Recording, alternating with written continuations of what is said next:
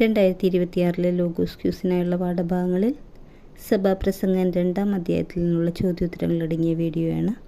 ഒന്നാമത്തെ ചോദ്യം: എന്തിൽ മുഴുകുകയും അതിൻ്റെ ആസ്വാദ്യത പരീക്ഷിക്കുകയും ചെയ്യുമെന്നാണ് സഭാപ്രസംഗകൻ സ്വയം പറഞ്ഞത്? സുഖഭോഗങ്ങളിൽ മുഴുകുന്നതും അതിൻ്റെ ആസ്വാദ്യത പരീക്ഷിക്കുന്നതും എന്തുതന്നെയാണെന്നാണ് സഭാപ്രസംഗകൻ്റെ അഭിപ്രായം? മിഥ്യ. എന്താണ് നിഷ്ഫലമാണെന്ന് സഭാപ്രസംഗകൻ മനസ്സിലാക്കിയത്? സുഖഭോഗങ്ങൾ. എന്താണ് ഭ്രാന്താണെന്ന് സഭാപ്രസംഗകൻ മനസ്സിലാക്കിയത്? ചിരി. എന്തിൽ നിന്നും മനസ്സിളകാതെയാണ് ശരീരത്തെ വീഞ്ഞുകൊണ്ട് ആഹ്ലാദിപ്പിക്കാൻ സഭാപ്രസംഗകൻ നോക്കിയത്? ജ്ഞാനത്തിൽ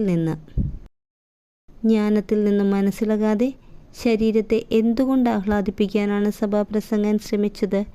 വീഞ്ഞുകൊണ്ട്. എന്തിൽ നിന്നും മനസ്സിളകാതെ തന്നെയാണ് ശരീരത്തെ വീഞ്ഞുകൊണ്ട് ആഹ്ലാദിപ്പിക്കാൻ സഭാപ്രസംഗകൻ ശ്രമിച്ചത്? ജ്ഞാനത്തിൽ നിന്ന്.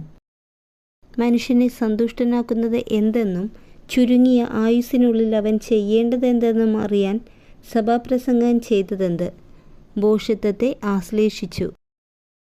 എന്തെല്ലാം മനസ്സിലാക്കാനാണ് സഭാപ്രസംഗകൻ ഭോഷത്വത്തെ ആശ്ലേഷിച്ചത്? മനുഷ്യനെ സന്തുഷ്ടനാക്കുന്നതെന്തെന്നും അവൻ ചെയ്യേണ്ടതെന്തെന്നും അറിയാൻ. ആർക്കുണ്ടായിരുന്നതിനേക്കാൾ അധികം ആടുമാടുകൾ സഭാപ്രസംഗകനുണ്ടായിരുന്നു? മുൻഗാമികൾക്ക് ഉണ്ടായിരുന്നതിനേക്കാൾ. മനുഷ്യൻ ആഗ്രഹിക്കുന്ന എന്തെല്ലാമാണ് സഭാപ്രസംഗകൻ സമ്പാദിച്ചത്? എല്ലാ സുഖഭോഗങ്ങളും. ജെറുസലേമിലെ മുൻഗാമികളെക്കാൾ ആരെല്ലാമായി തീർന്നു സഭാപ്രസംഗകൻ?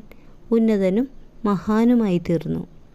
ജെറുസലേമിലെ മുൻഗാമികളെക്കാൾ ഉന്നതനും മഹാനുമായി തീർന്നപ്പോഴും സഭാപ്രസംഗകൻ എന്തിൽ നിന്നാണ് അകന്നു പോകാതിരുന്നത്? ജ്ഞാനത്തിൽ നിന്ന്.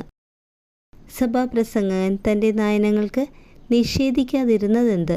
അവ അഭിലഷിച്ചതൊന്നും. സഭാപ്രസംഗകൻ്റെ ഹൃദയം സന്തോഷിച്ചത് എന്തിലാണ്? സഭാപ്രസംഗകൻ്റെ പ്രയത്നങ്ങളിൽ.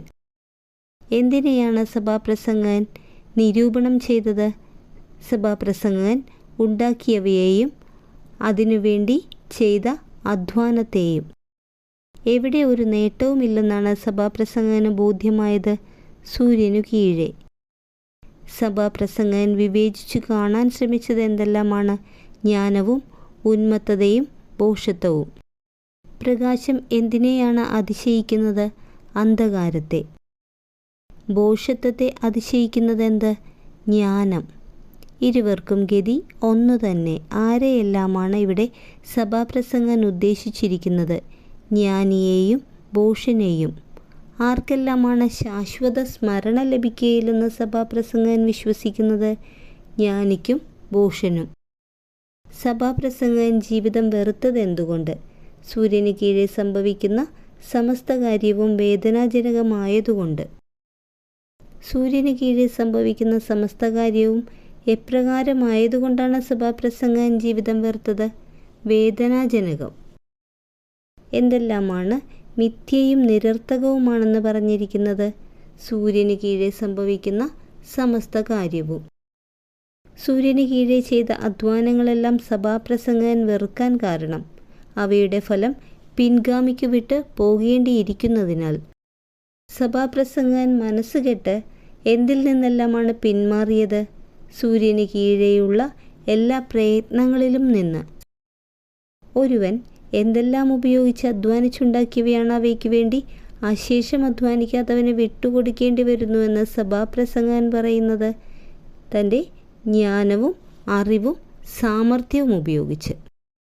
ഒരുവൻ ജ്ഞാനവും അറിവും സാമർഥ്യവും ഉപയോഗിച്ച് അധ്വാനിച്ചുണ്ടാക്കിയവ അവയ്ക്ക് വേണ്ടി അധ്വാനിക്കാത്തവന് ആസ്വദിക്കാൻ വിട്ടുകൊടുക്കേണ്ടി വരുന്നത് എന്താണെന്നാണ് സഭാപ്രസംഗകൻ അഭിപ്രായപ്പെടുന്നത്? മിഥ്യയും നിർഭാഗ്യവുമാണെന്ന്. ഒരുവൻ തൻ്റെ ജ്ഞാനം, അറിവ്, സാമർഥ്യം എന്നിവ ഉപയോഗിച്ച് അധ്വാനിച്ചുണ്ടാക്കിയവ ആർക്ക് വിട്ടുകൊടുക്കേണ്ടി വരുന്നു എന്നാണ് സഭാപ്രസംഗകൻ അഭിപ്രായപ്പെടുന്നത്? അവയ്ക്ക് വേണ്ടി അശേഷം അധ്വാനിക്കാത്തവന്. മനുഷ്യൻ്റെ ദിനങ്ങളെല്ലാം എന്തു നിറഞ്ഞതാണെന്നാണ് സഭാപ്രസംഗകൻ പറയുന്നത്? വേദന നിറഞ്ഞത്. എന്തിനേക്കാൾ നല്ലതായി മനുഷ്യന് വേറൊന്നില്ല എന്നാണ് സഭാപ്രസംഗകൻ പറഞ്ഞത്? തിന്നുകുടിച്ച് സ്വന്തം പ്രയത്നത്തിൽ ആനന്ദിക്കുന്നതിനേക്കാൾ നല്ലതായി. തന്നെ പ്രസാദിപ്പിക്കുന്നവന് ദൈവം പ്രദാനം ചെയ്യുന്നതെന്ത്? ജ്ഞാനവും അറിവും ആനന്ദവും.